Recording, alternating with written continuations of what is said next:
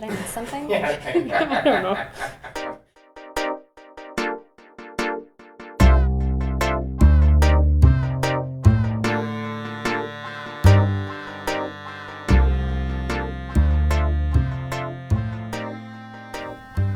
Hey guys, Rosie here, And Trish. and welcome to this week's episode of Let's Talk EA.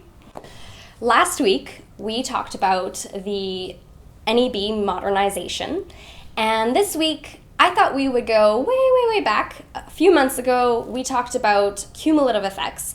You may recall the wonderful experiment that Trish had prepared for us. So you can start to see the more projects in a watershed, the more cumulative the impacts. But our action item was to write to both the Premier, Brian Pallister, and the Minister, Kathy Cox, about the regional cumulative effects assessment here in Manitoba. So, Trish, what's happening on this front?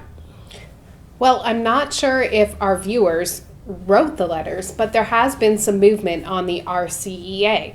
So on March 2nd, Kathy Cox changed the mandate of the Clean Environment Commission with respect to their hearings. And so it's a pretty big shift in what the CEC will be doing for the regional cumulative effects assessment. So, how has the mandate of the CEC been changed? So under the previous mandate, the CEC was required to go to communities in the north to hear directly from the people affected by the past hydroelectric development.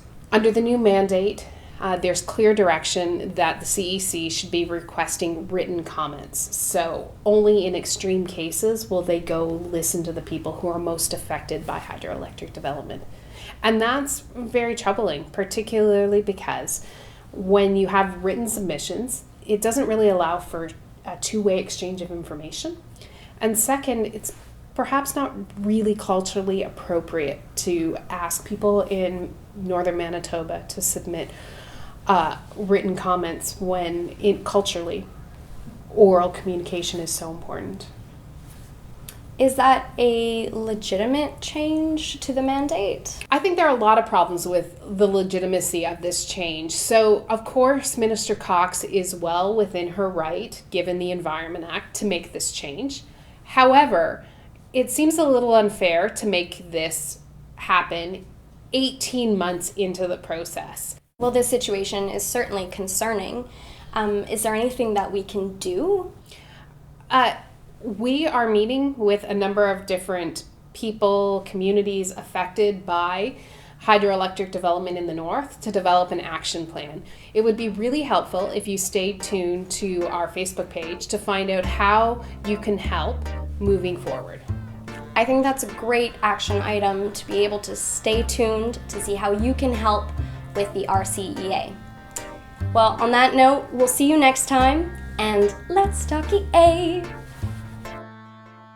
That's all, folks.